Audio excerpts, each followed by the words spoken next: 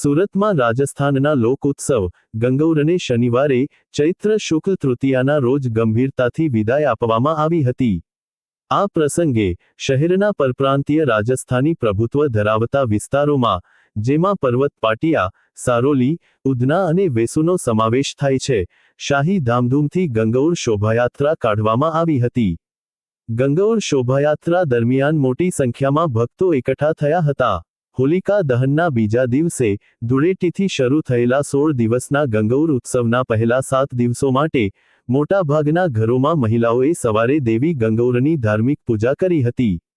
મોટી ગણગૌરની પૂજા શીતળા અષ્ટમીથી ખૂબ જ ધામધૂમથી શરૂ થઈ હતી અને ચૈત્ર શુક્લ દ્વિતીયા શુક્રવાર સુધી પર્વત પાટિયા, ગોડાદરા, ડિંડોલી, ઉધના, સારોલી, ભટાર, ઘોરડોદર રોડ, સિટીલાઇટ, વેસુ, અલથાણ અને રાજસ્થાની શહેરના અન્ય પરપ્રાંતીય વિસ્તારોની સોસાયટીઓ અને એપાર્ટમેન્ટ્સમાં સાંસ્કૃતિક કાર્યક્રમો ચાલુ રહ્યા હતા.